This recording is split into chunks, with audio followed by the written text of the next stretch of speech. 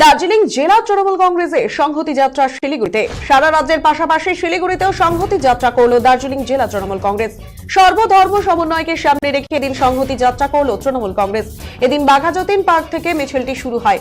হাসমি চকের মসজিদ হয়ে সেবক মোড় দিয়ে মিছিলটি শহর পরিক্রমা করে। মিছিলে যোগদান শিলিগুড়ির মেয়র গৌতম দেব, জেলা সভাপতি পাপিয়া ঘোষ সহ বিভিন্ন সম্প্রদায়ের ধর্মের প্রতিনিধিরা।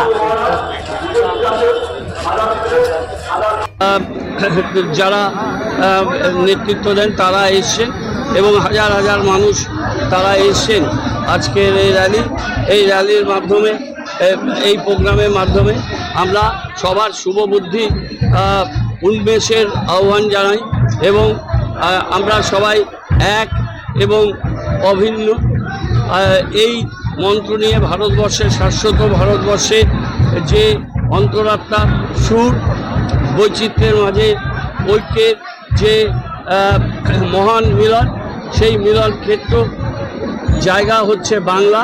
আমরা সেই ঐতিহ্যকে সামনে রেখে এই সংহতি মেলা এবং যেভাবে ধর্মীয় বিভাজন করা হচ্ছে তার বিরুদ্ধে আমাদের এই প্রতিবাদ। আজকে মমতা বন্দ্যোপাধ্যায়ের নেতৃত্বে শিলিগুড়ির রাজপথে আমরা আবার নামতে বাধ্য হয়েছি।